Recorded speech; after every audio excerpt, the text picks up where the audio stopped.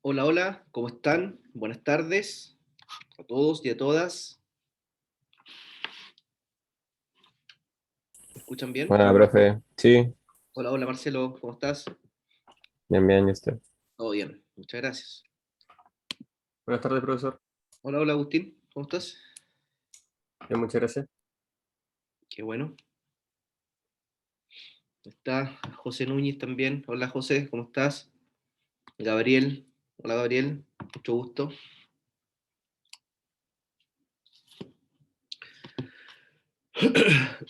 Bien, en virtud del tiempo, tenemos hartas cosas que ver el día de hoy, así que vamos a comenzar. Bueno, primero, espero de que hayan tenido un buen receso de la semana pasada, ¿cierto? Que no nos vimos.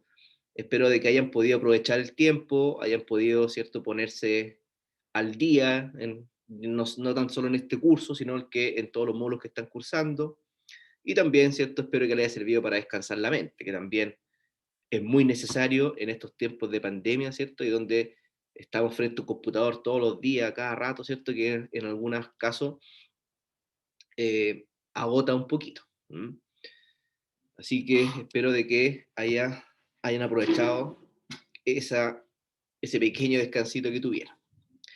Bien, entonces, ¿qué es lo que estamos viendo en este curso, en este módulo? Estamos trabajando la unidad de pronósticos de la demanda. Bien, sabemos que los pronósticos de la demanda nos van a servir para poder hacer proyecciones hacia el futuro. Y esas proyecciones hacia el futuro nos van a servir para poder tomar decisiones. ¿Ah? Poder tomar decisiones como, por ejemplo, cuánta materia prima debo comprar, o decisiones también sobre el presupuesto de operaciones, que el input principal en todos estos planes que vamos a ver más adelante tiene que, tiene que ver, ¿cierto?, con el pronóstico de la demanda que podamos hacer. ¿Bien? También conversamos sobre la importancia que tienen los pronósticos a todo nivel de la cadena de suministro. Ustedes se van a encontrar de que van a tener que hacer proyecciones o van a recibir input, ¿cierto?, de distintas unidades, y esa lo van a poder ocupar en toda la cadena de suministro. Por ejemplo, ¿cierto?, si ejecutamos un plan de requerimiento de materiales, que es donde nosotros vamos a planificar la compra de las materias primas, insumos, máquinas, el input principal viene dada por el pronóstico de la demanda. Y en base a ese pronóstico de la demanda, nosotros planificamos cuánto es lo que necesitamos para poder realizar el producto final. Vamos a encontrar también en la empresa, ¿cierto? En la interna, donde vamos a planificar cuántos materiales, ¿cierto? Cuántas horas hombres, cuántos insumos vamos a ocupar para poder desarrollar nuestro producto final. Y por otro lado, ¿cierto? También puede ser un pronóstico de la demanda que venga del departamento de marketing, que es quien, ¿cierto?, nos va a buscar la demanda. Hagamos un poquito de memoria hacia atrás. Dijimos de que cuando uno trabaja o existe una empresa, existen tres áreas que son claves y que deben estar. Producción por sí sola, ¿cierto? Ya sabemos por qué esa es el área que hace los productos, lo elabora, ¿cierto? Tenemos marketing, que es quien nos busca la demanda o genera los clientes. ¿Bien? Entonces, en esa parte donde se genera la demanda y nos busca los clientes, es muy importante el pronóstico de la demanda por todos los contratos que ellos pueden tener cubiertos. ¿Bien? Y sabemos que finanza es quien se encarga de los flujos. Entonces, podríamos hacer un pronóstico de la demanda como unidad, como gerencia de operaciones, o recibir, ¿cierto?, otros insumos de otras unidades, como es el caso de marketing. Ahora, los pronósticos de la demanda tienen una característica, ¿cierto? Que para poder hacer un buen pronóstico de la demanda, tengo que tener una base de datos, tengo que tener una serie de tiempo, ¿cierto? Para poder tomar la historia y poder ejecutar un modelo matemático para poder llevar a cabo este pronóstico cuantitativo, ¿no? Un número, ¿cierto? Que queremos saber cuánto voy a vender en el futuro. Pero también tenemos el caso de, bueno, ¿qué pasa cuando no tengo información? Cuando no tengo una base de datos, ¿cierto? Cuando no tengo data histórica para poder tomar decisiones. Y eso pasa, hay algunos casos que eso ocurre. Entonces los pronósticos de la demanda los podemos dividir en dos grandes grupos. Vamos a tener por un lado pronósticos cualitativos, es decir, cuando no tengo información, no tengo una base de datos, y tengo por otro lado los pronósticos cuantitativos. Si nos acordamos, ¿cierto?, del pronóstico cualitativo, uno puede hacer una diferenciación en los distintos métodos, y eso se llama los métodos de juicio. ¿Bien? Entonces ahí hicimos brevemente una introducción de cuáles son los métodos de juicio, ¿no? La semana antepasada. Y vimos que tenemos la opinión ejecutiva, ¿cierto? La opinión del equipo de ventas, puede ser también una investigación de mercado a través de encuestas para poder determinar el número final, y también uno podría ejecutar o desarrollar el método Delphi. ¿Ah? Esos son los 4 métodos o 4 estrategias que conversamos, ¿cierto?, con respecto a los modelos cualitativos. ¿Dónde nos vamos a enfocar? ¿Dónde va a estar nuestro mayor esfuerzo? En conocer cuáles son los métodos cuantitativos. ¿Ya? Para ello, ¿cierto?, es fundamental disponer de una base de datos, disponer de una serie de tiempos para poder, ¿cierto?, hacer la estimación. Entonces, dentro de este mundo, ¿cierto?, de que son los métodos cuantitativos, tenemos por un lado los métodos de serie de tiempo, que algo ya empezamos a ver la última clase, y tenemos los métodos causales. ¿Bien? Dentro de los métodos de la serie de tiempo, conocemos o ya hemos revisado promedio móvil simple, promedio móvil ponderado, suavizamiento exponencial y suavizamiento exponencial ajustado a la tendencia. Esos fueron los 4 métodos que alcanzamos a revisar la última clase. ¿Qué es lo que vamos a ver hoy día entonces? ¿Ya? Hoy día nos vamos a enfocar en un método que no alcanzamos a revisar la última clase, que tiene que ver con qué pasa si la serie de tiempo tiene un comportamiento estacional. Es decir, que el patrón se repita año a año, ¿cierto? Cuando yo tengo aumento en la demanda o decremento en la demanda, si ese patrón yo lo superpongo año a año y veo que se mantiene esa misma tendencia, entonces estamos frente a un modelo estacional. ¿Bien? Entonces, un modelo estacional tiene un método asociado, que es el método multiplicativo o método de patrones estacionales, que es lo que vamos a revisar a continuación. Luego de eso, ¿qué es lo que vamos a hacer? Vamos a ver los métodos causales. ¿Ah? Es decir, que no solamente depende del tiempo la proyección que uno podría hacer hacia el futuro, sino que también podría influir variables independientes en el desarrollo del pronóstico.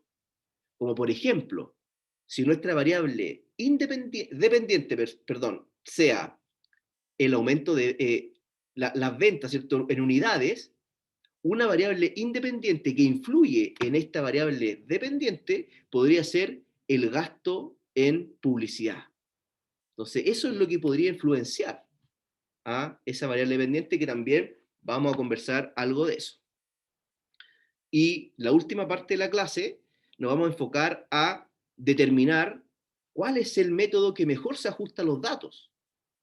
Si yo tengo 5 métodos, por ejemplo, o 6 o 7, o los que yo quiera ejecutar, porque puedo ir cambiando los parámetros, vamos a conocer distintas medidas de error, y esos errores nos van a permitir poder determinar cuál es el mejor método que se ajusta a los datos, para poder dar una recomendación y poder decidir cuál es el método que debiésemos ocupar. Bien, entonces eso es lo que vamos a desarrollar en esta clase. Voy a compartir mi pantalla.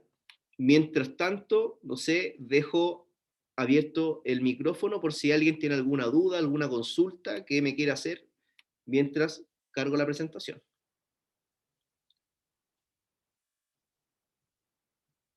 Dale, Gabriel. Si tienes duda, cuéntame nomás.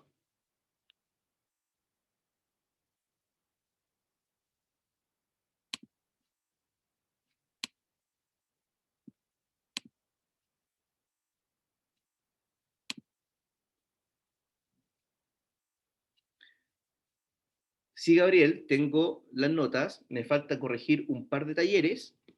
Comprenderán de que son muchos talleres que me tocó revisar, somos 2 secciones, ¿cierto?, de muchos alumnos, y me ha atrasado un poquito, la verdad, las cosas, pero ya van a tener sus notas. ¿Ya? De aquí al fin de semana van a conocer las notas del taller número 1. ¿Ya? Lo tengo súper claro que lo tengo pendiente, Gabriel, pero no te preocupes que de aquí al fin de semana vas a tener tu nota como corresponde. ¿Okay?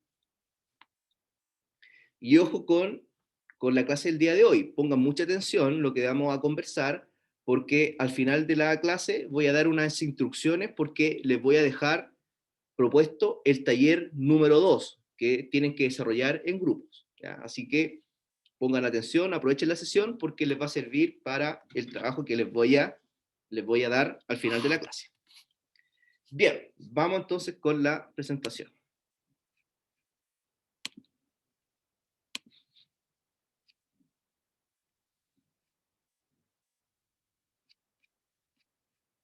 Bien, ahí va.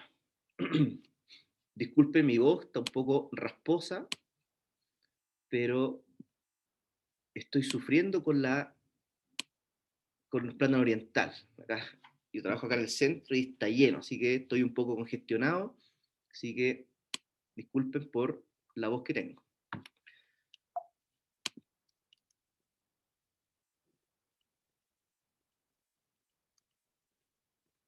Ya, aquí vamos.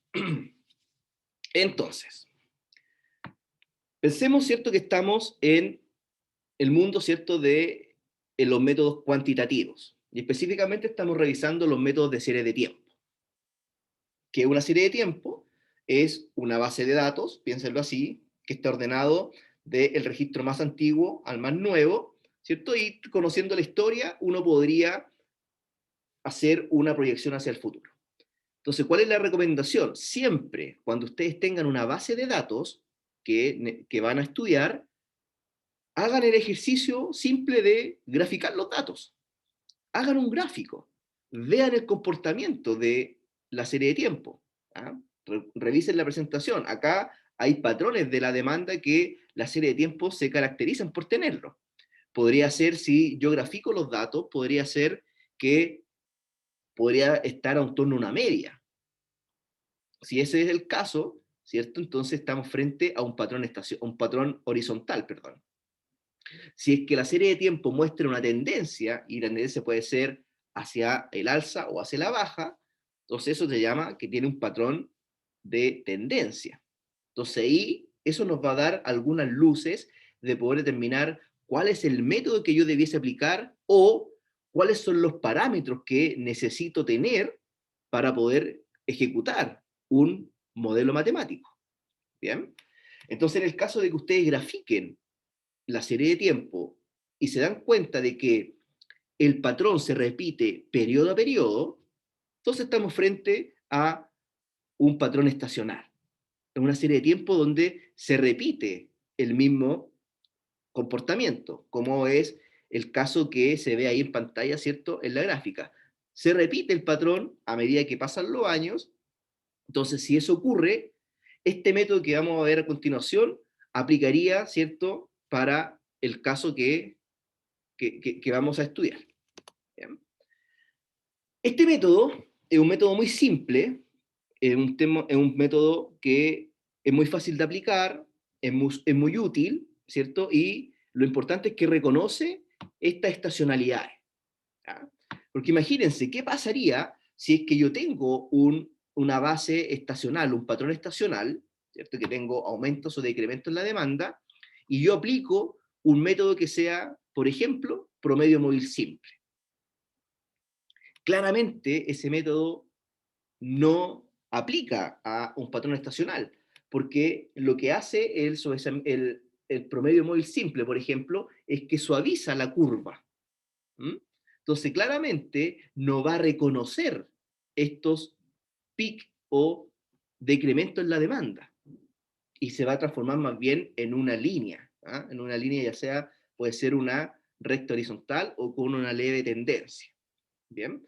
Entonces, cuando nos encontramos frente a estos patrones, Es recomendable, ¿cierto?, que puedan ejecutar este método que a mí me gusta mucho, es un método muy simple, muy fácil, y que aplica súper bien para este tipo de comportamientos, como les contaba hace un momento.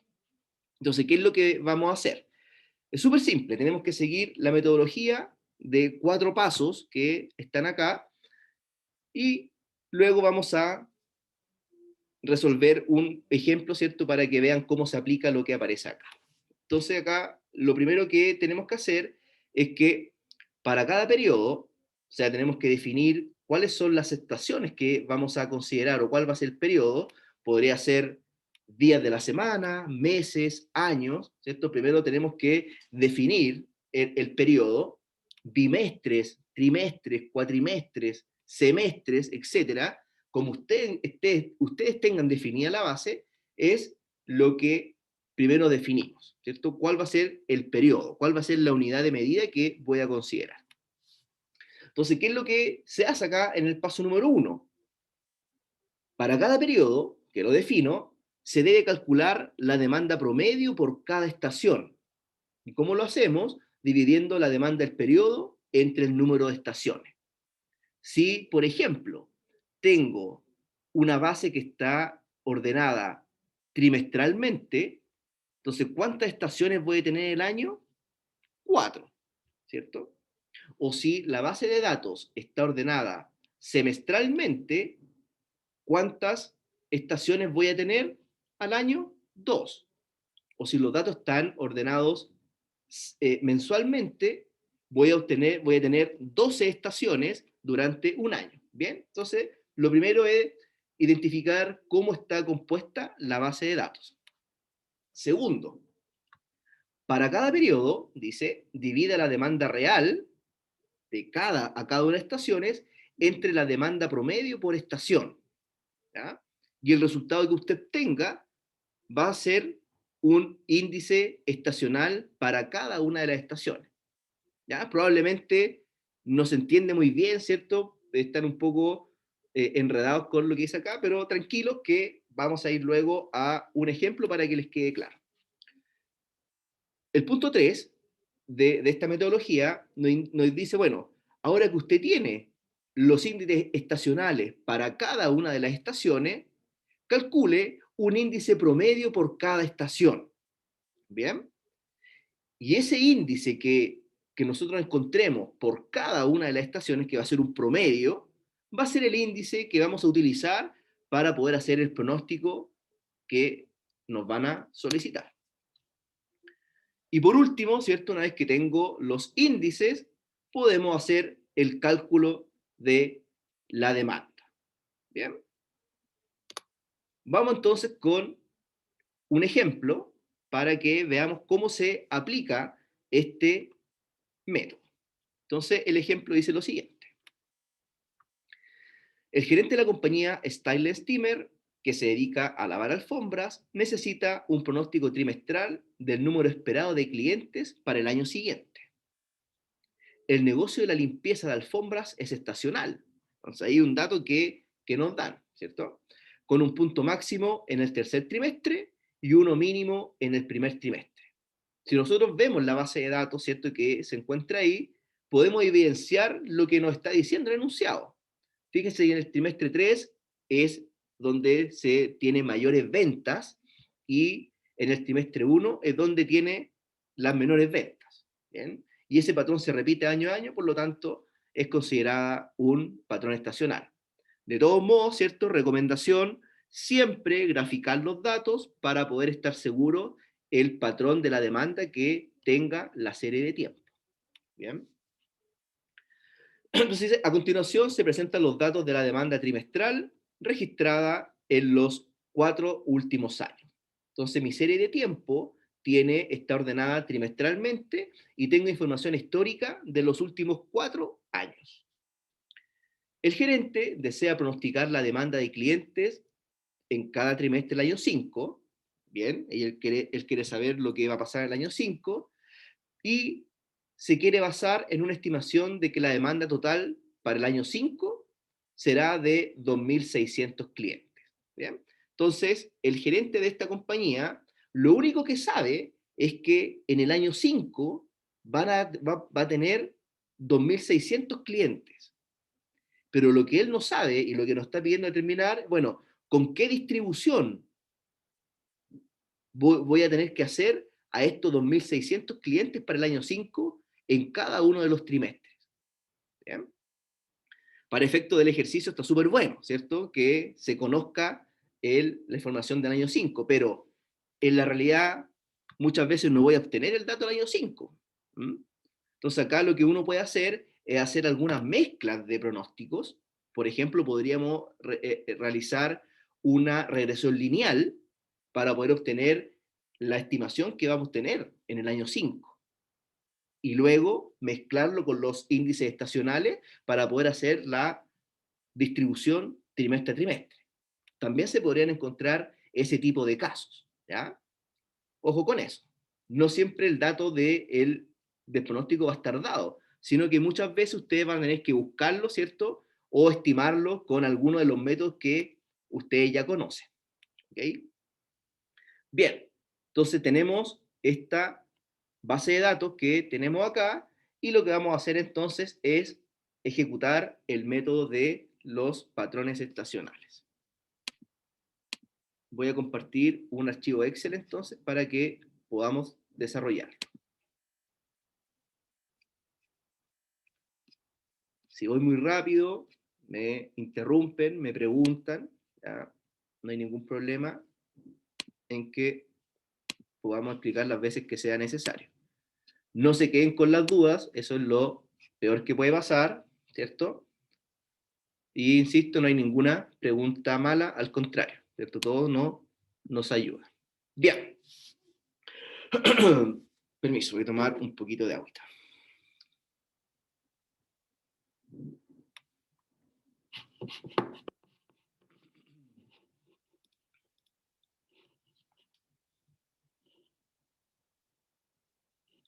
Bien, vamos entonces. Tengo la base de datos, ¿cierto? Que la tengo ordenada. Está ordenada por trimestre, trimestre 1, 2, 3 y 4, y tengo los años, ¿cierto? Año 1, año 2, año 3 y año 4. Es la misma base que teníamos en el enunciado. Entonces tengo la distribución trimestral, y tengo, ¿cierto?, el total de cada uno de los años. Entonces, lo que nos dice el primer paso. El primer paso nos dice, bueno, identifique su serie, ordénela y calcule la demanda promedio. ¿Cómo calculo la demanda promedio? Bueno, puedo hacer el total por cada año y a ese total lo divido por el número de estaciones que va a tener la base de datos. Entonces, en este caso, como está ordenada trimestralmente, voy a tener 4 estaciones. ¿Bien? Entonces, lo primero que hacemos, calculamos la demanda promedio, que va a ser igual 1000 dividido 4. ¿Bien? Entonces, la demanda promedio para el año 1 es 250. Repetimos para el año 2. 1200 dividido 4, 300. Año 3. 1800 dividido 4, 450 es el promedio. Y finalmente, el año 4 dividido 2200 dividido 4 nos da una demanda promedio de 550. ¿Ya? Eso es lo primero que nos están pidiendo. Segundo paso. El segundo paso nos dice, una vez que tú tengas la demanda promedio, ahora lo que haces, ¿cierto?, es divide la demanda real de cada periodo o de cada estación sobre la demanda promedio del año que estamos estudiando. ¿Bien? Entonces vamos a tener 45 sobre 250. Y ahí vamos a obtener el primer índice estacional para el trimestre 1 del año 1. ¿Bien? Entonces acá yo puedo fijar Creo que la sé. Y podría, ¿cierto?, replicar la fórmula. No, me equivoqué. Fijo el número.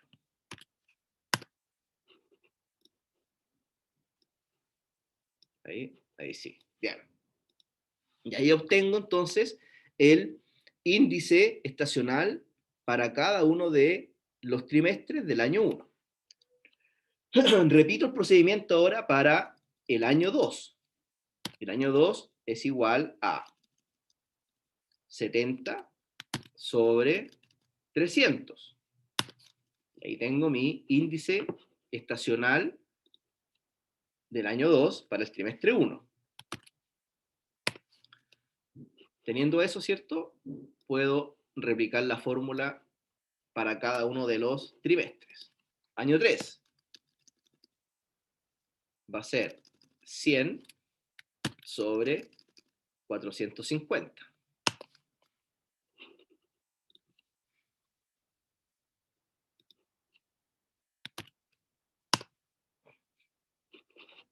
Y ahí, ¿cierto? Teniendo el dato, puedo replicar la fórmula sin problemas y para el año 4 exactamente lo mismo.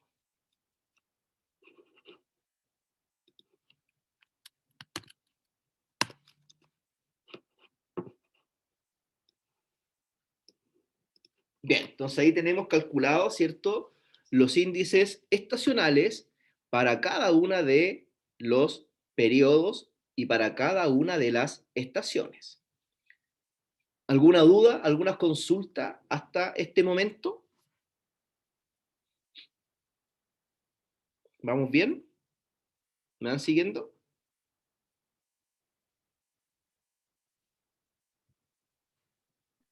Sí, profe. Bien. Avanzamos entonces. Tercer paso. El tercer paso, o sea, alguien me habló acá, parece, ¿no? ¿Quién me revisa? Vamos súper, me dice la Vale. Bien, vale. Ok, entonces, vamos entonces ahora con el índice promedio, que sería el paso número 3. ¿Y qué nos dice? Bueno, nos dice que conociendo los índices promedio para cada uno de los periodos por cada estación, calcule el índice promedio.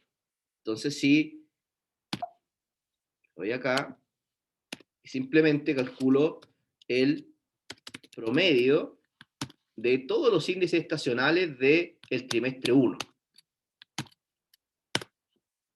0.20. ¿Okay?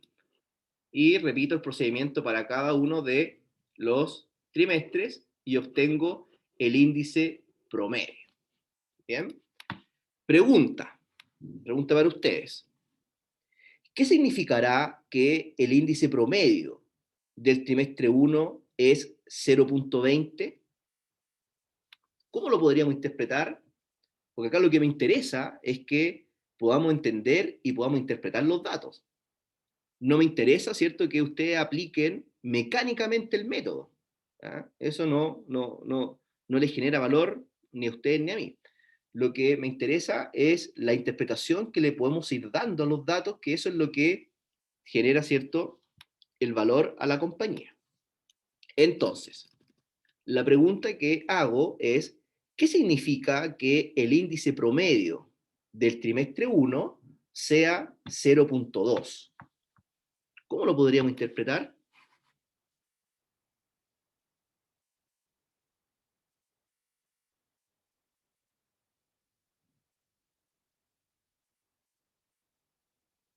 Que el índice promedio es el 20% del valor promedio del trimestre, ¿no? Bien, bien, Diego. Bien, súper bien. Por ahí va. Muy bien, muy buena tu explicación. La misma lógica. ¿Qué significará que el índice promedio del año 2 sea 1.3? ¿Qué significará?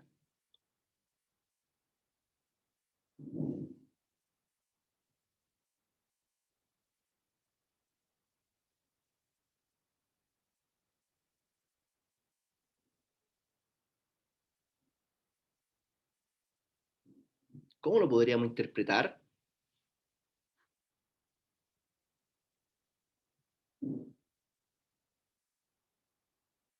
Lo que nos dijo Diego, ¿cierto? Al principio, dice que el índice promedio del trimestre 1 es que el valor que vamos a estimar para el primer trimestre va a estar en un 80% por debajo del promedio.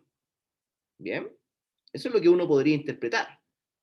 Entonces, si hacemos lo mismo, ¿cierto? Con el trimestre 2, que el índice promedio es 1,3, uno podría decir de que el valor que vamos a identificar, ¿cierto? En este trimestre va a estar un 30% sobre el valor promedio, que lo vamos a calcular, ¿cierto? Para el trimestre 3, ¿qué significa? Significa que el valor, ¿cierto?, que vamos a pronosticar para este trimestre va a estar en un 100% sobre el valor promedio de la demanda. ¿Bien?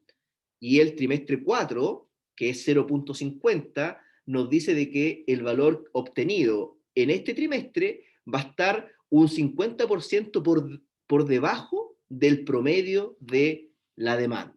¿Bien? Esa es la forma de interpretar este índice. ¿Ok? Bien, teniendo entonces el índice promedio, y para efectos, ¿cierto?, de el ejercicio que estamos analizando, dijimos de que el gerente de la compañía identificó de que para el año 5 iban a llegar 2.600 clientes. ¿Ah? Eso es lo que él conoce. El año 5 sabe de que van a haber 2.600 clientes.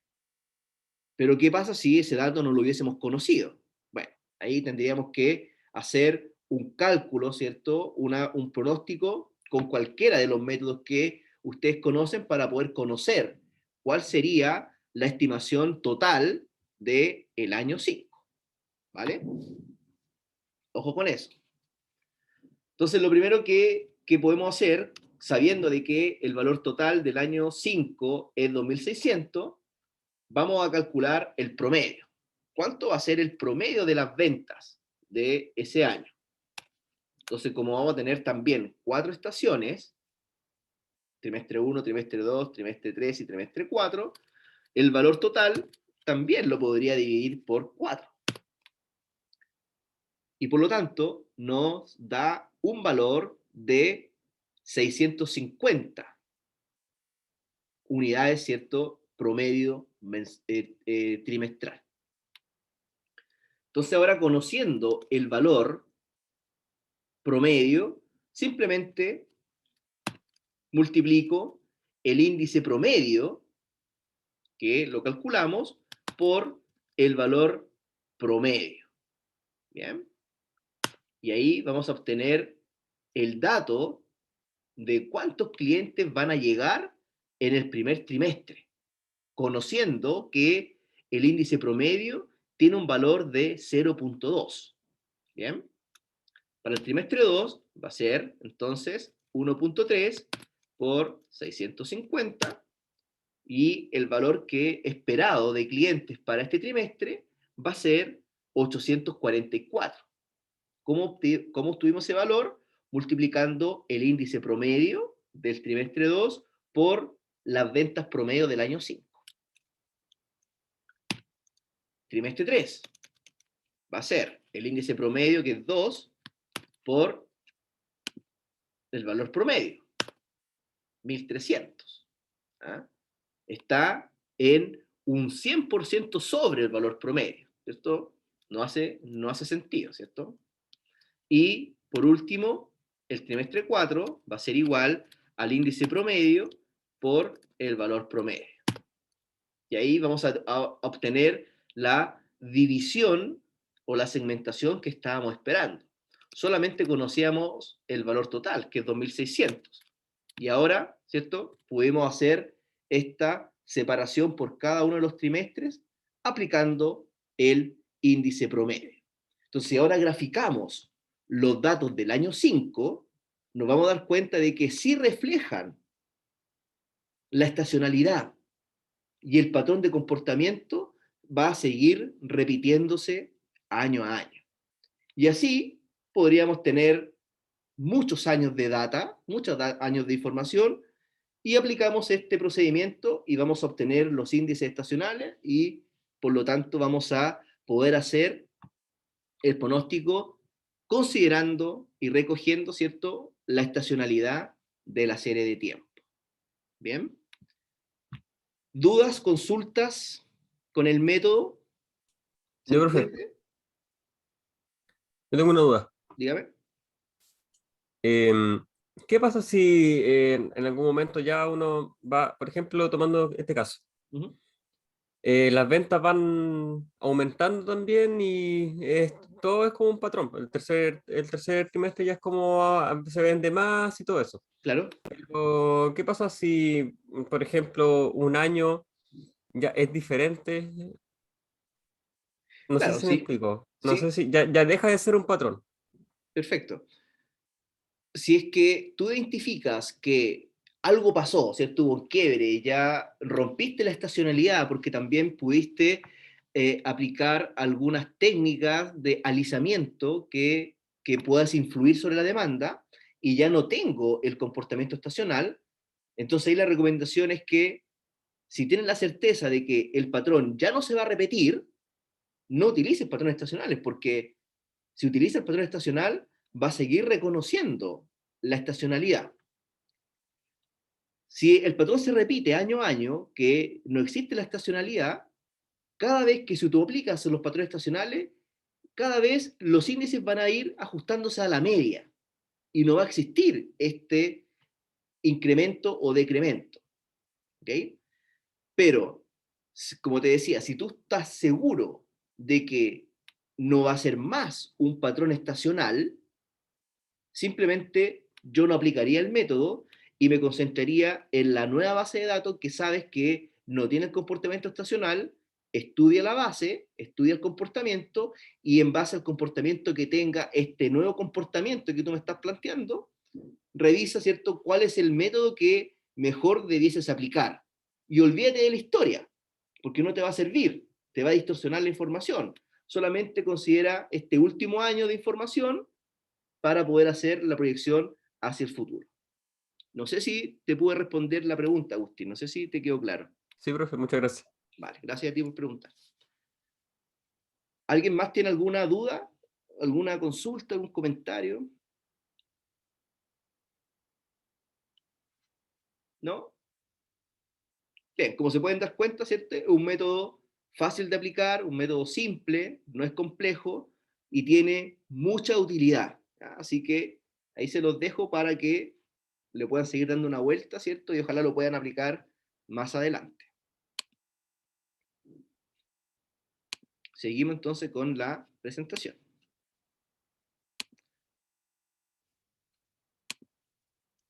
Vamos entonces.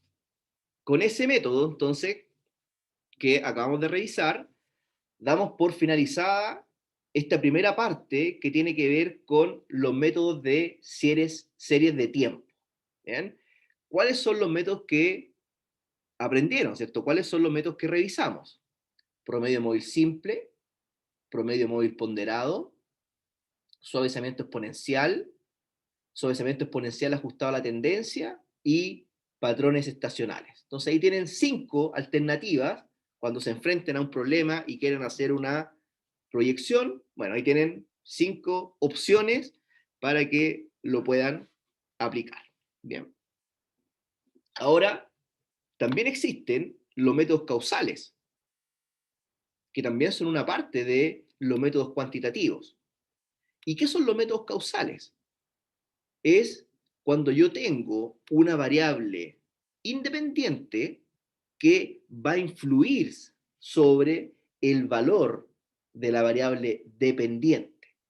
¿Ok? El ejemplo clásico que uno puede ver, lo que le comenté hace un par de minutos, es que como el valor de el gasto en publicidad, por ejemplo, eso podría ser considerada una variable independiente, cómo ese valor influye en el pronóstico de las ventas.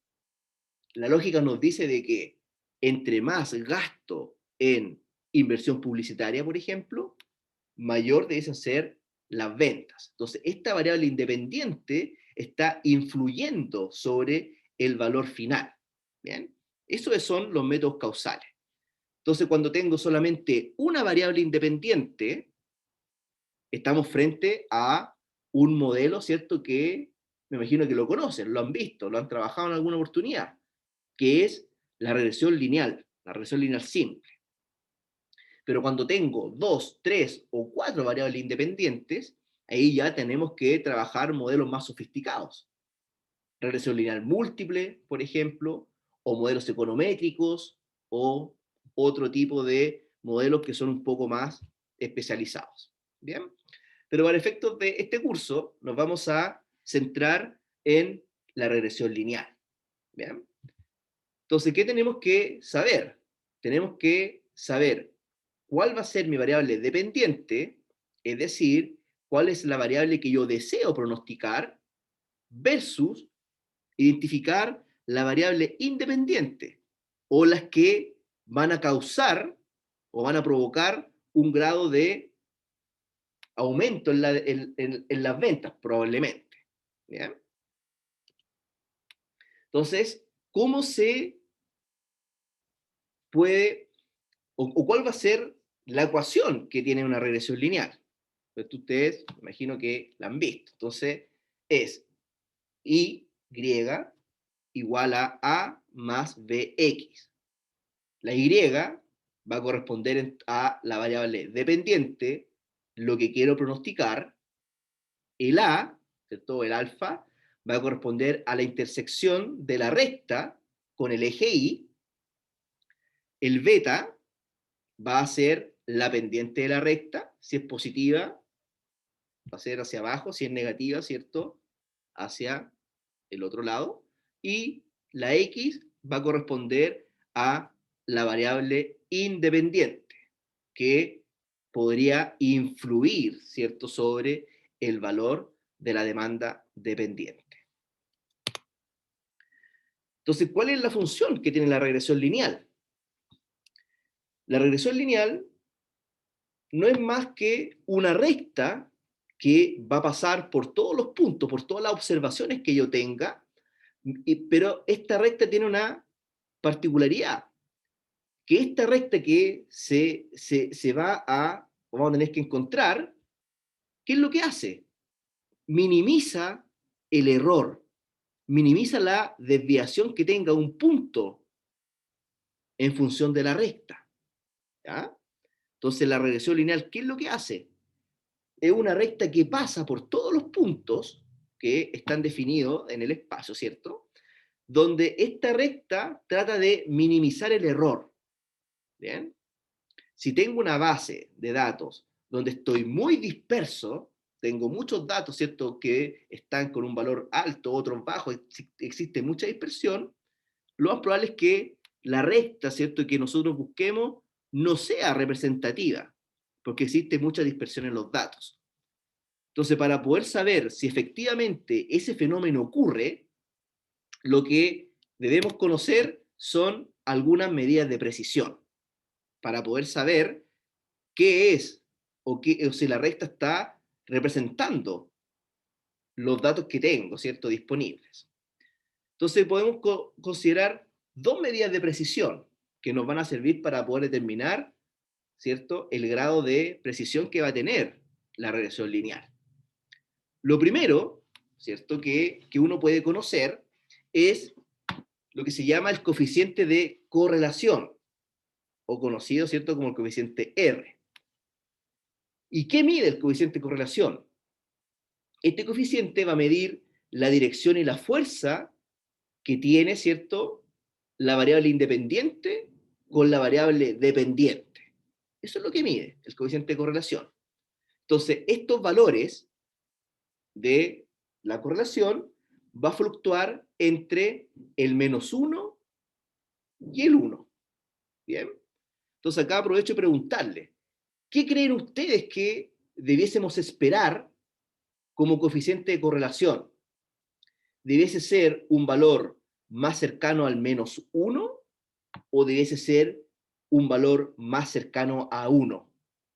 ¿Qué creen ustedes que debiésemos esperar en un modelo, ¿cierto?, de regresión lineal para hacer un pronóstico de la demanda? O podría ser 0 también, ¿cierto? ¿Qué creen ustedes? ¿Hacia dónde debiese tender el coeficiente de correlación?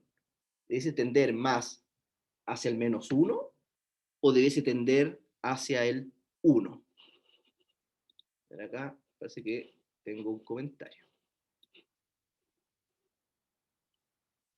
Agustín, ¿cierto?, nos dice de que debe ser más cercano a 1. ¿Por qué tú crees que debe ser más cercano a 1, Agustín? O sea, siento que tiene...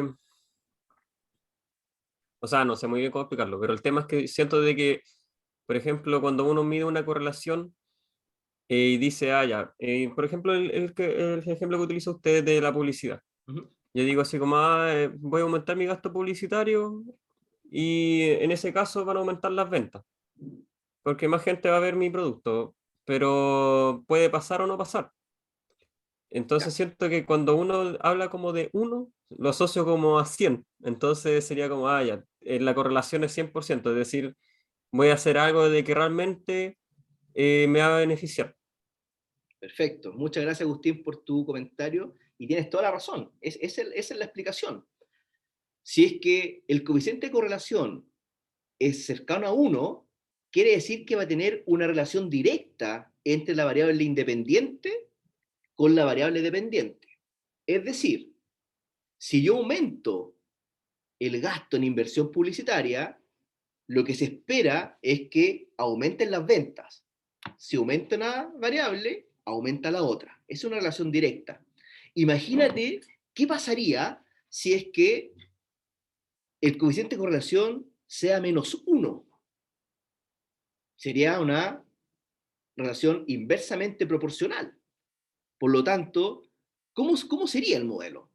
Entre más gasto en inversión publicitaria, disminuyen las ventas. Es como extraño, ¿cierto? Es como raro que pase ese fenómeno. Pero eso es lo que pasaría si el coeficiente de correlación fuera más bien cercano a -1. Entonces, cuando les toque evaluar este tipo de métodos, ¿cierto? Y van a utilizar el coeficiente de correlación, siempre traten de que ese valor sea más cercano a 1 para que exista una relación directa entre la variable independiente con la variable dependiente. ¿Bien?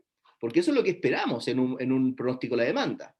Si es que sabemos que una variable va a influir directamente en la variable dependiente, quiere decir de que si aumento una, debiese aumentar la otra. ¿Bien?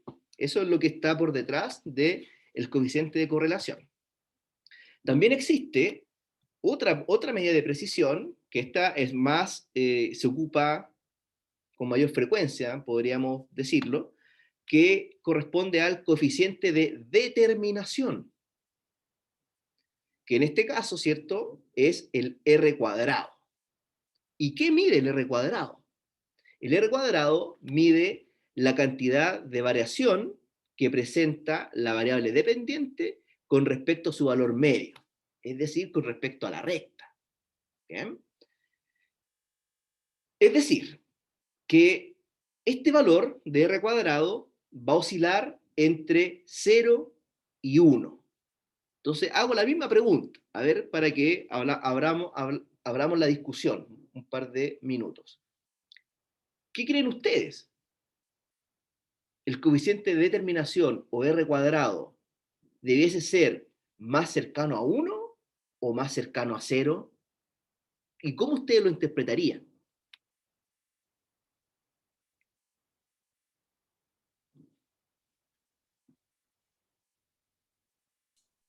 Profe, quizás más cercano a 0. ¿Ya? José acá también me acaba de escribir, más cercano a 0. ¿Ya? ¿Quién más está de acuerdo con Agustín y con Gabriel? Con José, perdón. Ahí Gabriel también se la juega, dice Igual, sí, 0. es más cercano a 0, debería. Marcelo también que es más cercano a 0. Ya. Bien. La respuesta es que la verdad las cosas debe ser más cercano a 1. ¿Ya? Siempre el coeficiente de determinación debe ser más cercano a 1. Y uno lo podría llevar a un dato como de porcentaje. ¿Y qué significa el coeficiente de determinación? Por ejemplo, si el coeficiente de determinación R cuadrado fuese 0.9, por ejemplo, un valor muy cercano a 1, quiere decir que el 90% de los datos es explicado por la línea de la regresión. Es decir, que la gran mayoría de los datos, ¿cierto?, está en función de la línea que nosotros vamos a encontrar, de esta recta de la regresión. En el caso que ustedes me proponen de que sea más cercano a 0, quiere decir que el 0% de los datos es explicado por la recta. Entonces estaríamos en el modelo o en la condición que habíamos comentado hace un momento, que los datos están muy dispersos y por lo tanto no tienen un grado de relación con la recta que yo estoy trazando. ¿Bien? Entonces, como medida de precisión, el coeficiente de determinación tiene que ser más cercano a 1, porque es el porcentaje de los datos que explican la línea de la regresión. ¿Ok? ¿Cuáles son los valores que uno podría esperar, que uno encuentre que sea representativo? Si el R cuadrado es sobre 0,7 o hacia arriba, ¿no?, podríamos decir entonces que es un modelo que podría ser representativo, la regresión. Pero si el R cuadrado cada vez es más bajo, quiere decir de que los datos están muy dispersos y la línea que nosotros podamos determinar no va a representar a los datos. ¿Bien? Veamos entonces un ejemplo. ¿Cómo podríamos utilizar una regresión lineal para poder hacer una estimación en la demanda? Entonces tenemos lo siguiente. Y con esto ya nos vamos a ir al break, ¿ya?, para que descansemos un par de minutos. Entonces dice lo siguiente. La juguetería Gaby desea estimar mediante regresión lineal simple las ventas para los meses de julio y agosto de su nuevo carrito infantil Mate. La información del comportamiento de las ventas de todos sus almacenes se presenta en la siguiente tabla. Entonces, si quiero utilizar una regresión para una serie de tiempo, acá, ¿qué es lo que considero? Considero los meses como la variable independiente y las ventas en unidades como la variable dependiente. ¿Bien? Entonces tengo la serie de tiempo y vamos a utilizar la regresión para poder hacer la estimación hacia el futuro. Acá nos piden 2 meses, julio y agosto. Entonces, para ello tenemos que construir la línea de regresión. ¿Bien? Voy a el Excel entonces para que lo podamos trabajar.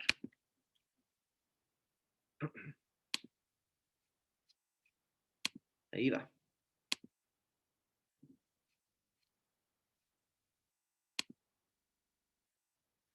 Bien, acá tengo entonces la base de datos.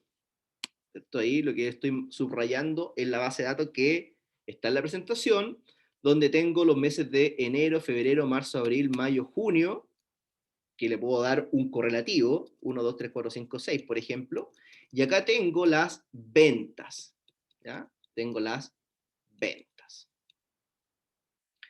Entonces, para poder construir la regresión lineal utilizando Excel, es muy simple y muy fácil. Se los voy a mostrar cómo se hace. Hay una forma manual de poder calcular la línea de regresión, ¿cierto? Pero yo soy más práctico para efectos del curso, y lo que ustedes van a tener a mano después cuando les toque trabajar es el Excel. Entonces el Excel hace muchas cosas. Dentro de esas, hace pronósticos, ¿cierto?, utilizando regresión lineal. Bien, entonces lo primero que hacemos acá es hacer un gráfico un gráfico de dispersión para ver cómo están los puntos en nuestro plano cartesiano. Entonces me voy a insertar un gráfico y voy a utilizar este gráfico que está acá, el gráfico de dispersión. ¿Ya? Y ahí tengo mis datos. ¿Ya? Entonces acá le puedo colocar un título al gráfico. A ver, ¿qué le colocamos? Ventas en unidades, por ejemplo.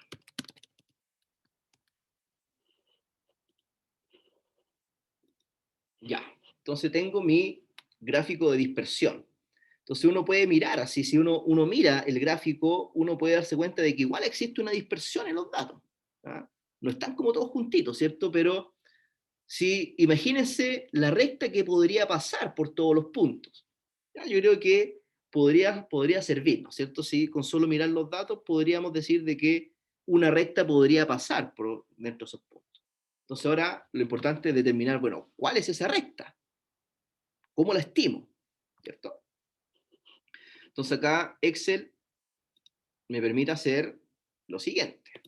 Botón derecho, acá aprieto y coloco agregar líneas de tendencia. Bien. Si yo le agrego a línea de tendencia, me va a trazar la recta que minimiza el error. Y además acá en las opciones, no sé si pueden ver lo que yo estoy viendo acá en pantalla, uno le pregunta, ¿cierto? ¿Qué es lo que yo quiero mostrar? Entonces yo le puedo decir, presenta la ecuación del gráfico, presenta la ecuación en el gráfico, perdón, y además entrégame cuál es el valor del R cuadrado, para poder determinar si nuestra recta es representativa. Un poquito más grande, para que se vea. Ahí.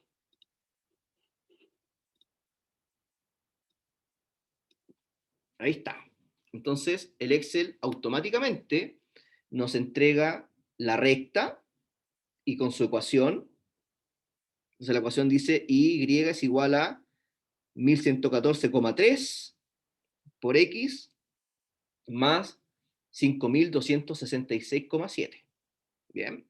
Y tiene un R cuadrado, o un coeficiente de determinación, de 0,5. Más o menos nomás, ¿cierto? No, están muy dispersos los datos. Pero otra explicación que uno podría encontrar es que tengo muy pocos datos. Tengo solamente 6 observaciones, ¿no? Sí, 6 observaciones para poder hacer esta recta. Entonces, si uno tuviese más datos, 10, 15, 20 datos, lo más probable es que los puntos estén más homogéneos y la recta, ¿cierto?, podría arrojarnos un R cuadrado mayor. ¿Ya? Pero para efectos de la explicación, está bien lo que vamos a trabajar a continuación. Entonces tenemos acá la fórmula, ¿cierto?, que está acá, y simplemente ahora en el Excel ejecuto la fórmula. Tan simple como eso. Entonces la fórmula nos dice lo siguiente, que es 1114,3 por X. ¿Cuánto vale X? Que son los meses. Para el mes de julio vale 7, más 5266,7. Y ahí voy a tener la estimación del mes de julio considerando la regresión lineal. En este caso son 13.067 unidades. Si quiero hacer la estimación para agosto, simplemente podría trasladar la fórmula, ¿cierto? O desplazar la fórmula, y para el mes de agosto, considerando la regresión lineal, voy a tener un valor de 14.181. Y ya conociendo la recta, simplemente podría arrastrar la fórmula y podría tener un año de información o un año de pronóstico. Estoy pronosticando los próximos 6 meses. ¿Ah? Entonces, para septiembre serían 15.295 unidades, para octubre 16.410, noviembre 17.000 y así sucesivamente, muchos datos hacia el futuro. ¿Ya? Entonces, si después yo voy teniendo los datos reales, voy actualizando la recta, la calculo nuevamente, para que cada vez, ¿cierto?, se vaya ajustando mejor y puedan tener pronósticos más certeros. Bien, ¿alguna duda hasta acá? ¿Cómo vamos? ¿Me van siguiendo? ¿O alguien está perdido en el camino?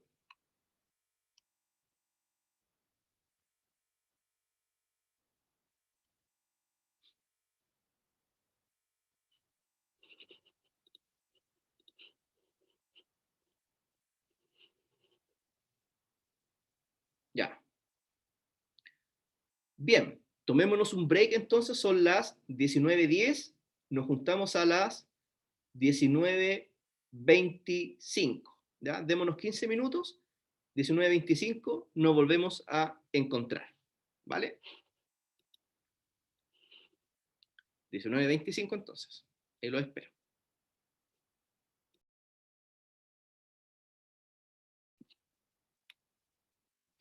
Ya, estamos de vuelta. ¿Están ahí? ¿Están por ahí, no? Está el José, ese que sí.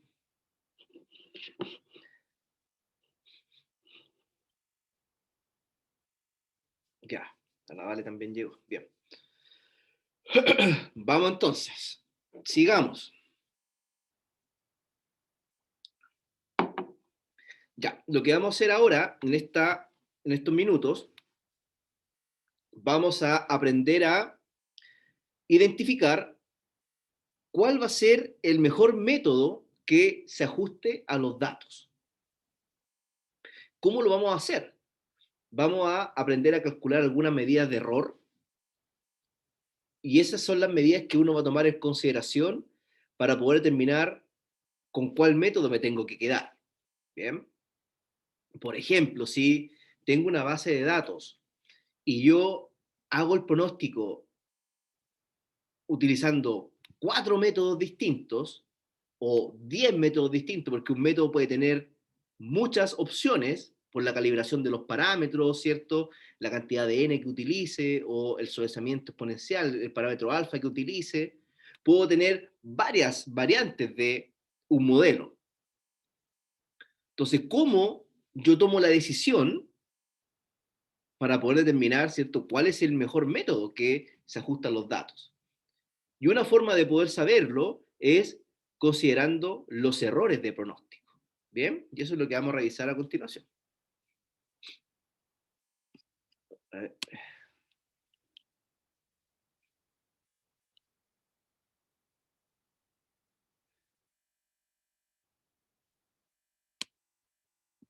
Ahí sí. Ya, ahí va. Vamos con la presentación entonces.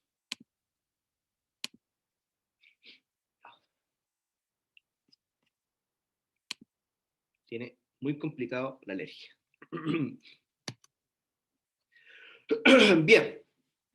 Primero entonces, tenemos que saber qué es un error, ¿ya? O cómo se mide el error, ¿ya?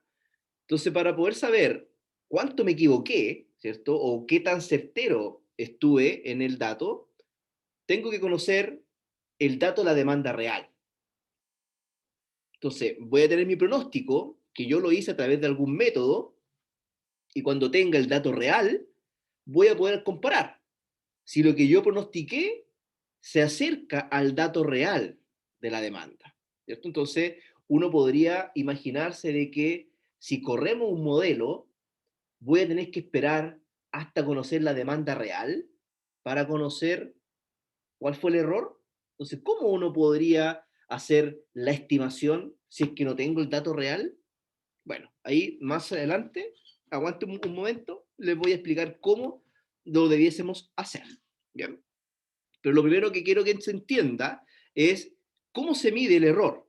Y el error va a ser la diferencia entre lo real versus, ¿cierto?, o menos el pronóstico. Entonces, si esa diferencia es muy pequeña, quiere decir que el método que estoy utilizando recoge bien los datos y se está acercando a la realidad.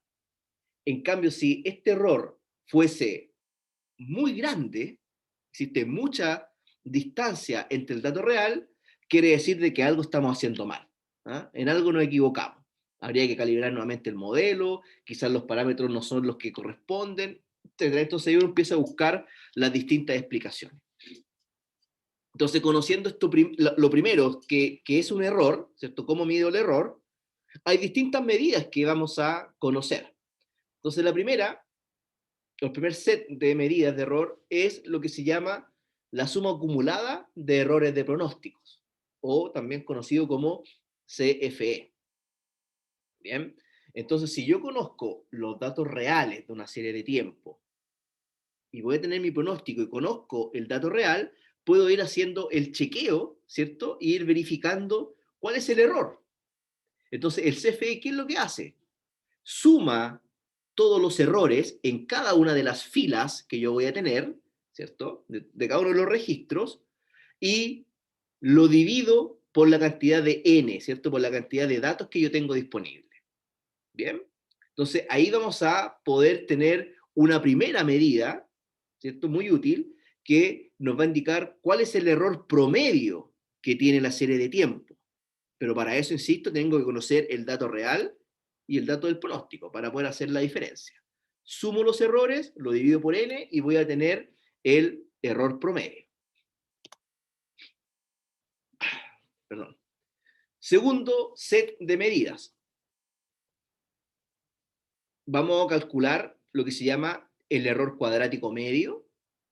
Entonces, vamos a ir generando columnas en una planilla Excel, donde la primera columna que yo construyo va a ser el error. La segunda columna va a ser el error al cuadrado. Entonces, el error que calculé lo elevo al cuadrado, ¿cierto? Y voy a obtener el error cuadrático. Bien. Mismo caso anterior, sumo todos los errores cuadráticos, lo divido por n y voy a obtener esta segunda medida que se llama error cuadrático medio o MSE.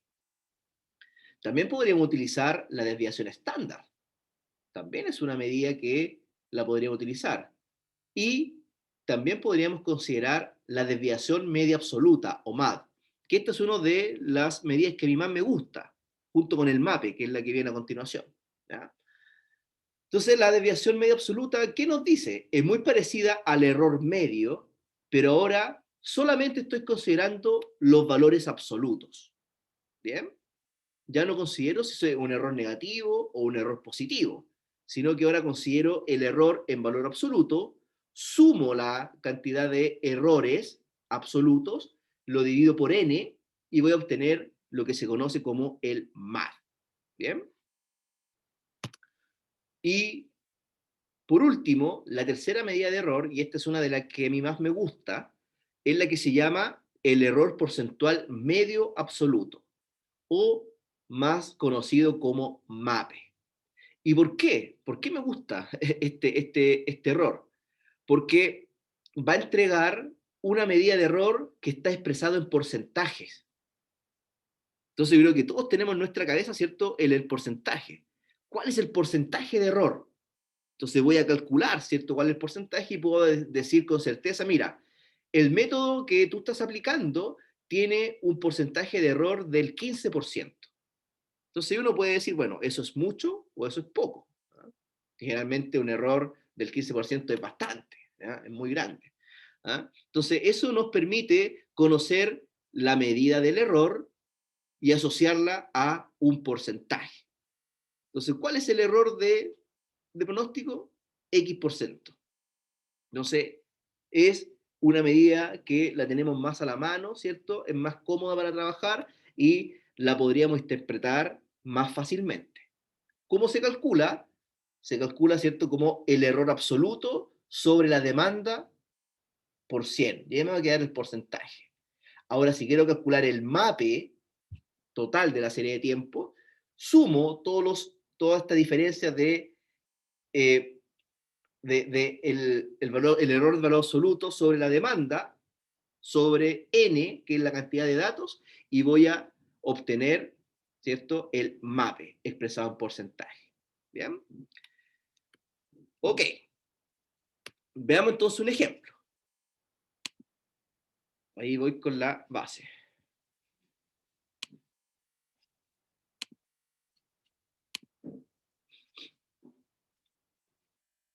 Bien. Entonces, podemos construir la siguiente tabla. Aquí lo que estamos asumiendo, ¿cuál es el supuesto? Es que solamente tengo un modelo, ¿ya? Un modelo matemático cualquiera, no sé cuál, donde a través de ese modelo pude calcular o hice mi pronóstico, ¿ah? Lo que está en amarillo. ¿Ah? Utilizando un método cualquiera, tengo mi pronóstico. Pero esto es útil también para poder hacer la distinción entre varios métodos. ¿Ah? Entonces, para poder determinar varios métodos, tengo que construir esta misma tabla para cada uno de los métodos, para poder después tener una tabla de resumen como esta que tengo acá, para poder saber todas las medidas de error de cada uno de los métodos. Si tengo 2 métodos o 3 métodos que quiero comparar, obviamente me voy a quedar con el método que tenga menor error, y ese es el método seleccionado para hacer las proyecciones hacia el futuro. ¿Bien? Entonces, si yo tengo el pronóstico y tengo el dato de la demanda real, lo primero que hago es calcular el error. Y el error es tan simple como la diferencia entre la demanda menos el pronóstico. Entonces, siempre para poder calcular estas medidas, tengo que conocer la demanda real. Si no conozco la demanda real, no puedo calcular el error. ¿Bien? Entonces, tengo el error, puedo mover la fórmula sin problema hacia abajo, ¿cierto? Y voy a obtener todos los errores por cada uno de los registros que yo tengo. ¿Bien? Entonces acá puedo calcular la suma. La suma de los errores. Y lo dejo ahí, ¿cierto? Guardadito mientras tanto. Segunda columna. Voy a calcular el error cuadrático. ¿Cómo se calcula? Es el error, que lo acabo de calcular en la columna D, y ese error lo elevo al cuadrado. Entonces nos va a quedar eso, el error elevado al cuadrado. Hago lo mismo, ¿cierto?, para cada uno de los registros y finalmente calculo la suma.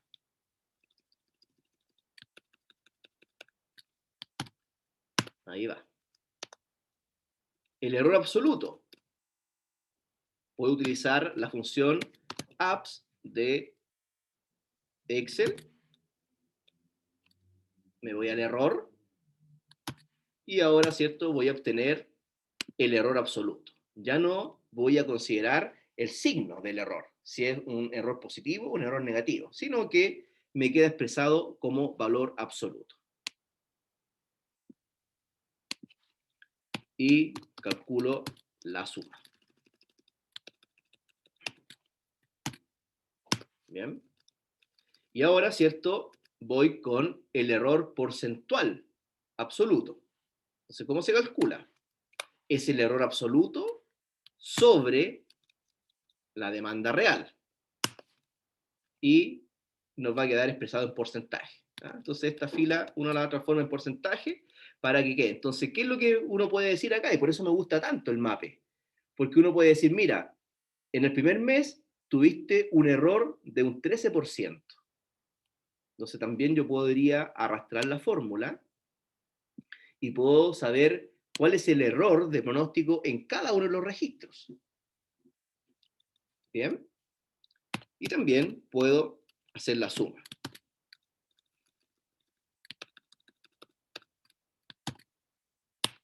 Y ahí está. Entonces, si tengo un método, como en este caso, construyo esta tablita y luego nos vamos a construir una tabla resumen. Si tengo 2 métodos, esta tabla la construyo para el método 1 y construyo la misma tabla para el método 2.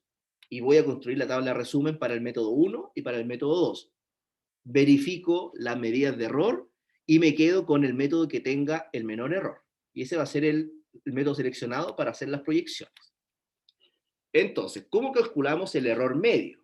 Va a ser igual a la suma dividido en 8.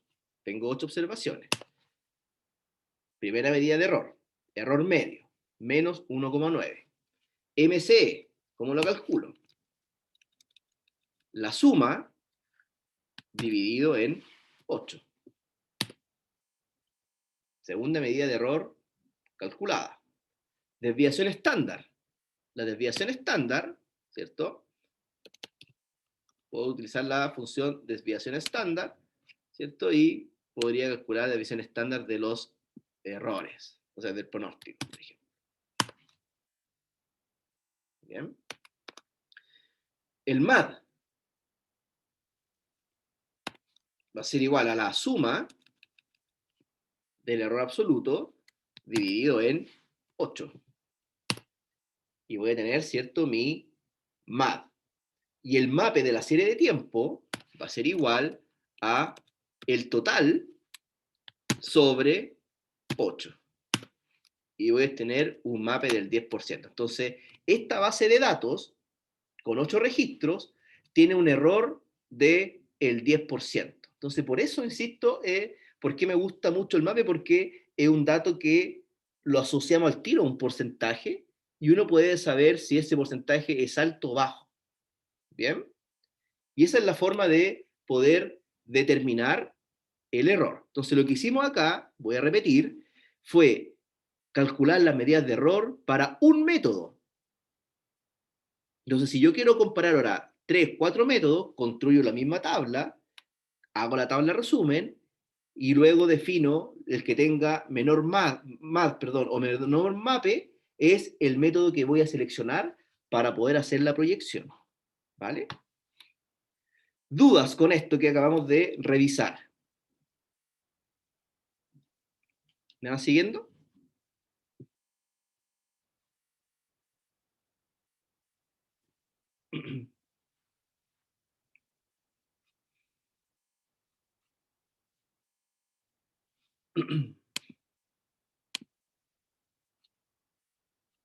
Ya, Agustín me dice que sí. ¿Vamos bien entonces? ¿No hay algún comentario? Ya. Ok. Y por último,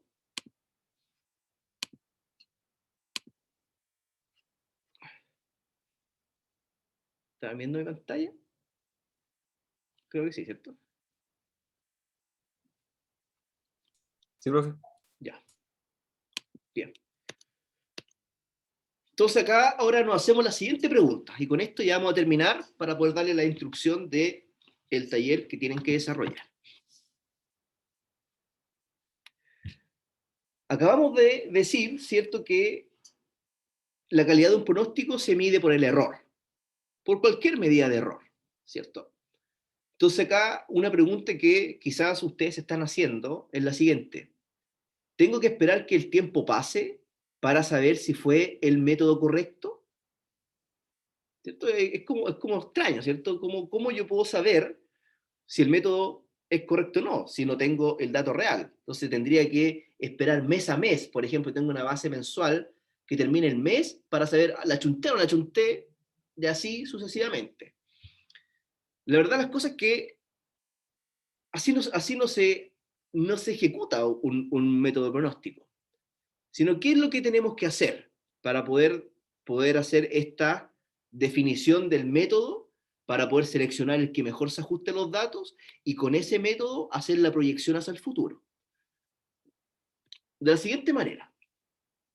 Primero, ¿qué es lo que hacemos? Se elige un método de pronóstico según el patrón de datos. Entonces, recomendación, grafiquen la serie de tiempo, identifiquen los patrones de demanda para que vean, ¿cierto?, cuáles van a ser los parámetros que van a utilizar o cuál va a ser los métodos que van a utilizar para poder hacer el ejercicio. Bien. Segundo, si yo tengo una base de datos, ¿ya?, con datos históricos, esa base de datos yo la voy a dividir en dos grupos. Voy a dividir esa base en un primer grupo que se llama inicialización y voy a dividir la segunda parte de la base en una base de prueba.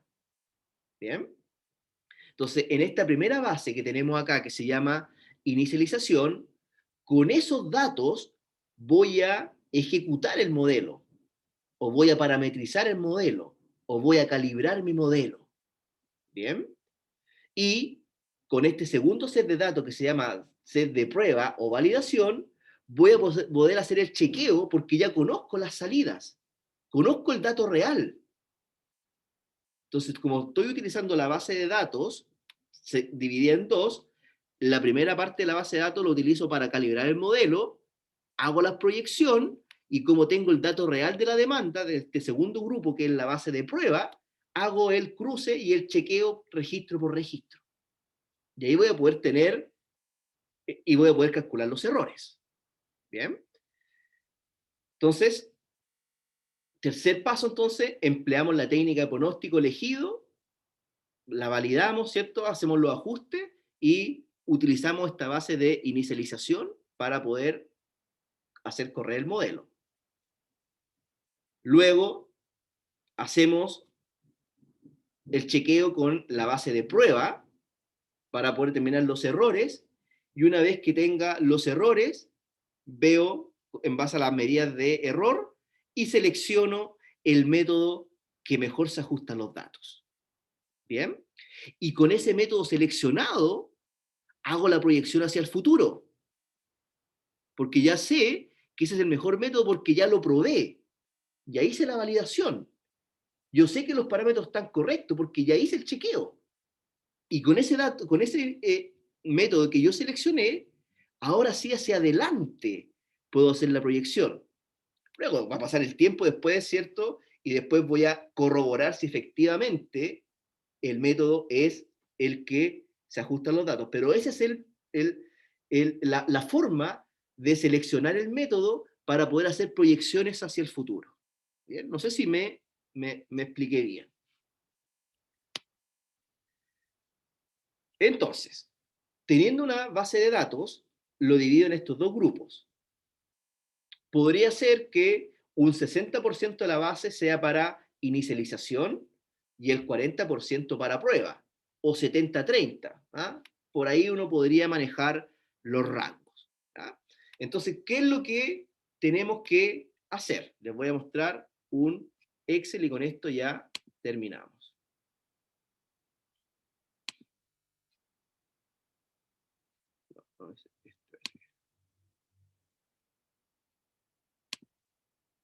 Ya, ok. Entonces, el taller que tienen que desarrollar, van a encontrar lo siguiente. Tenemos una base de datos que está por trimestre. ¿Ya? Tenemos muchos datos, tenemos 51 datos de historia, con su demanda, ¿ya? Con los datos reales de demanda. Entonces, lo primero que hacemos es dividir la base de datos en dos grupos. La base amarilla va a ser la base de inicialización y la verde va a ser la base de prueba. ¿Bien? Entonces, ¿qué es lo que hago? Empiezo a ejecutar los modelos y corro los modelos que voy a obtener. Entonces acá, por ejemplo, podríamos hacer un promedio móvil simple con un n igual a 3, o podrían ser un n igual a 6 o un n igual a 9. Entonces ahí viene, ¿cierto?, la expertise del analista para poder identificar cuáles son los parámetros que voy a tener que utilizar. ¿Ok? Segundo modelo, un promedio móvil ponderado, con un n igual a 3, o con un n igual a 4, o con n igual a 5, etc. ¿Cierto? Ahí ustedes tienen que proponer distintas alternativas para que puedan hacer bien el ejercicio. Un tercer método que pueden utilizar, por ejemplo, sería el sobrecimiento exponencial, con un alfa de 0,3, o con un alfa de 0,7, o con un alfa de 0,8. Entonces, todo eso que ustedes discutan como grupo, lo tienen que dejar plasmado en un documento. ¿Ah? Entonces, ustedes grafican la serie de tiempo y en base a lo que ustedes puedan mirar, empiezan a hacer las distintas justificaciones de por qué utilizo ciertos parámetros en cada uno de los métodos. ¿Bien? Regresor lineal, por ejemplo, también podríamos utilizarlo, y patrones estacionales. Entonces acá les dejé 5 métodos, pero ustedes podrían tener fácilmente más de 5, porque un método puede tener varias alternativas, dado que voy a ir probando distintos parámetros del modelo. ¿Ok? Luego construimos la tabla de errores, la que acabamos de analizar. Entonces voy a calcular el error para el promedio, el error para el promedio móvil ponderado, etcétera, etcétera. Construimos la tabla de errores. Acá tengo calculado el error para los 5 métodos, el error cuadrático para los 5 métodos. Profe, ¿Sí? creo que está compartiendo otra pantalla. ¿Qué estoy compartiendo? O sea, el Excel, pero siento que mueve como que aprieta tecla y como que intenta mostrarnos algo y está como pegado. ¿Qué están viendo ahora? A ver. ¿Ven un Excel o no? Sí, Siempre sabemos el Excel de pronóstico de errores, A ver. pero está como, no sé, si está haciendo algo, porque no se ve. Ya, voy a compartir nuevamente. A ver qué pasó. Gracias por avisar. A ver.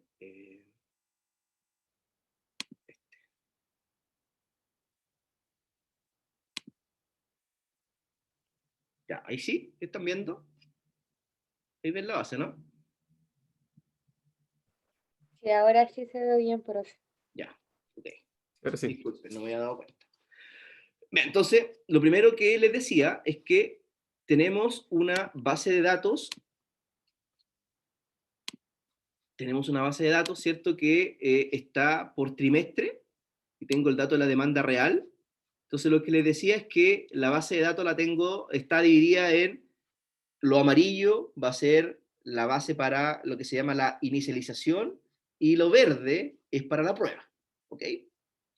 Entonces, ahí ustedes lo primero que tienen que hacer es dividir la base de datos y definir, bueno, cuántos datos voy a utilizar para calibrar el modelo y cuántos datos voy a utilizar para hacer las pruebas. Eso es lo primero que tienen que discutir como equipo. Segundo, grafiquen la serie de tiempo para que se den cuenta cuáles son los parámetros que van a utilizar. Si van a utilizar, por ejemplo, promedio móvil simple, ¿por qué tendrían que ocupar un n igual a 3? ¿O por qué van a ocupar un n igual a 6? ¿O por qué van a ocupar un n igual a 9? Entonces ahí la justificación debe ir en un informe que después se lo voy a subir con las instrucciones más específicas, pero es importante que pongan atención. Por ejemplo, también promedio móvil ponderado. ¿Cuáles van a ser los parámetros que voy a utilizar? Sobrecimiento exponencial. ¿Qué parámetros voy a utilizar? ¿Un alfa 0.3? ¿Un alfa 0.8? ¿Un alfa 0.9? Entonces todo eso tiene que ir en la justificación para poder que ustedes me expliquen por qué utilizaron ciertos parámetros. Y eso va a venir dado, ¿cierto?, por la expertise que tengan ustedes. Entonces van a correr todos los modelos que ya conocen, los 5 modelos que ya conocen, y luego vamos a construir la tabla de errores, la misma tabla que ya les mostré hace un momento atrás. Entonces voy a tener los errores primero para los métodos que tengo, el error cuadrático, el error absoluto y el error porcentual. ¿Ya? Entonces van a tener una sábana gigante de información y va a ser, ¿cierto? Va a depender de la cantidad de métodos que ustedes van a ejecutar. ¿Bien? Entonces van a correr el modelo y como tienen los datos reales, van a empezar a hacer el chequeo, van a empezar a calcular las distintas medidas de error. ¿Bien? Y van a construir una tabla resumen como algo muy similar a lo que aparece acá. Acá la hice súper simple porque solamente consideré 5 modelos, pero ustedes van a tener una tabla mucho más robusta porque en cada modelo, como les explicaba, pueden tener más de una alternativa, porque van a considerar distintos parámetros para poder hacer el chequeo y para que ustedes puedan definir cuál es el modelo y cuáles son los parámetros que mejor se ajusten a los datos. Entonces van a construir esta tabla resumen que aparece acá, con las distintas medidas de error, y ahí ustedes van a seleccionar el error, o perdón, me equivoqué. Con esta tabla resumen, ustedes van a definir cuál es el método que mejor se ajusta a los datos. o cuál es el método que, con los parámetros que mejor se ajusta a los datos y por lo tanto nos genera el menor error posible. Bien. Supongamos que en base al mape, voy a aquí marcarlo en amarillo, solamente por marcar algo. Supongamos que el mape, ustedes definieron que el mape va a ser su medida de error y encontraron que el sobreseimiento exponencial con un alfa de 0.8 es el mejor modelo porque genera el menor error posible. Entonces ahí ustedes me justifican cuál es el modelo que ustedes van a considerar, cuál es el modelo que ustedes seleccionaron, y con ese modelo que ustedes seleccionaron, hacen una proyección hacia adelante para los próximos 4 años. Es decir, van a hacer una estimación para el año 2013, 2014, 2015 y 2016. ¿Con qué método? Con el método que ustedes seleccionaron en base a las medidas de error. ¿Bien? Entonces, este va a ser el taller número 2. ¿Qué tienen que entregar? Van a tener que entregar un archivo Excel muy similar a esto que les estoy proponiendo. Podrían hacerlo ustedes de otra manera, obviamente, no hay problema. Entonces tienen que entregar el archivo Excel con los cálculos realizados y un informe escrito con todos los supuestos, justificaciones, validaciones, etcétera, etcétera, etcétera. ¿Bien? Y eso es el taller. Y con eso que ustedes van a hacer, les aseguro que van a aprender y van a ser expertos en hacer pronósticos de la demanda. Eso es, dudas, consultas. ¿Se entendió el trabajo que hay que hacer para el taller?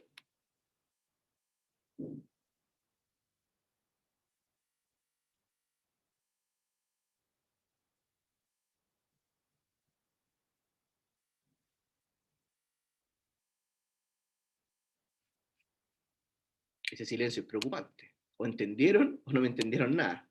Pueden ser dos opciones.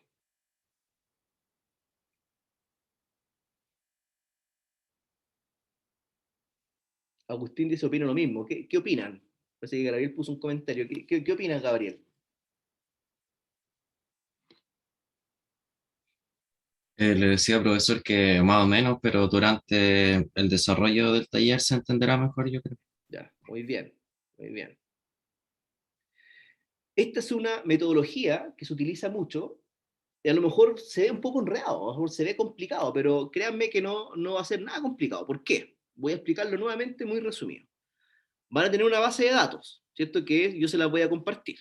Entonces, la primera pega que hay que hacer es hacer esta definición entre cuál va a ser la base de datos para calibrar los modelos y cuál va a ser la base de datos para hacer la prueba del modelo.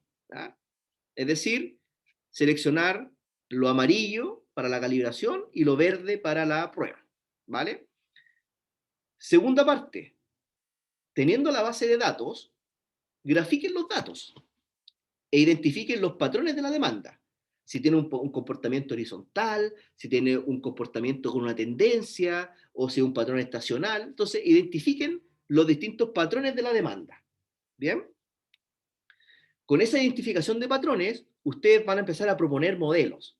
Van a proponer un promedio móvil simple con un n igual a 3, por ejemplo, o con un n igual a 6, o con un n igual a 9. Podrían ser. Entonces, de ese promedio móvil simple, tienen 3 alternativas.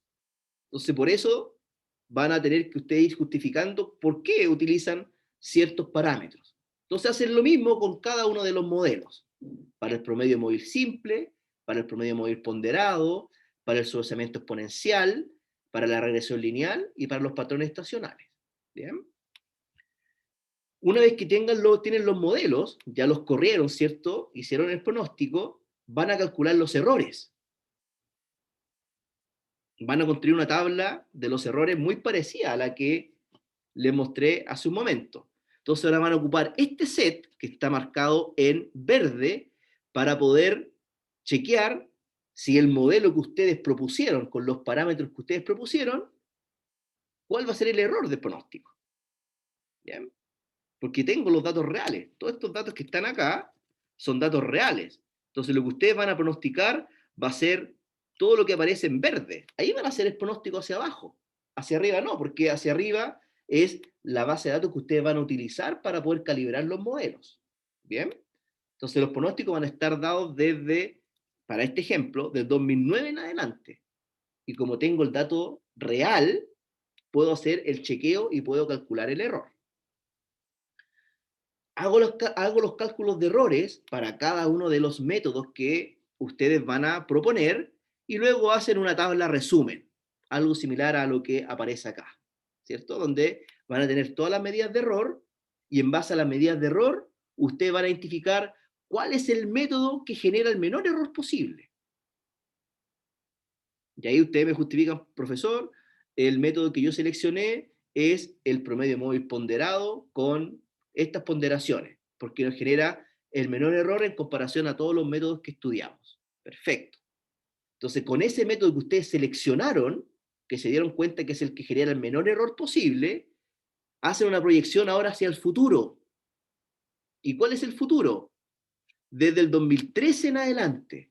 Hacen una proyección para el 2013, para el 2014, para el 2015 y el 2016. Y esa proyección van a hacerla con la mayor cantidad de certeza posible, porque ya hicieron la validación del modelo, porque conocían los datos reales. Ahora sí, ¿se entiende? ¿Puede ser un poco más claro ahora en la explicación?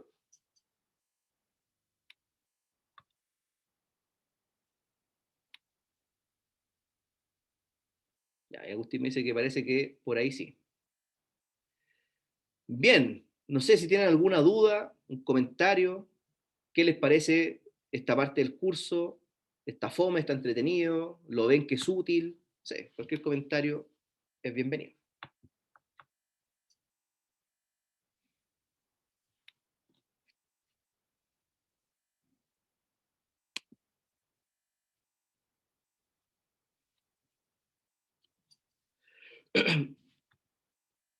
¿No tenemos comentarios? Bien, si no hay comentarios, si no hay dudas, dejamos entonces la clase hasta acá.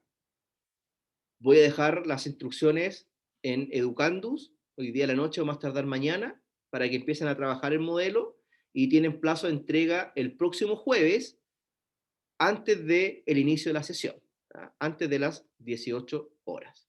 ¿Ya? Como siempre, siempre estoy disponible para poder ayudarlos, me pueden escribir, ¿cierto?, al correo, o si algo muy urgente, pueden escribir al WhatsApp, ¿cierto?, con la pregunta puntual, y ahí sin ningún problema los voy a ir ayudando. ¿Ya? Cuenten con eso. Y también cuenten con la ayuda del ayudante también. Muy bien, cuídense, que estén bien, y nos vemos la próxima semana. Chao. Chao, profe. Chao, chao, Agustín.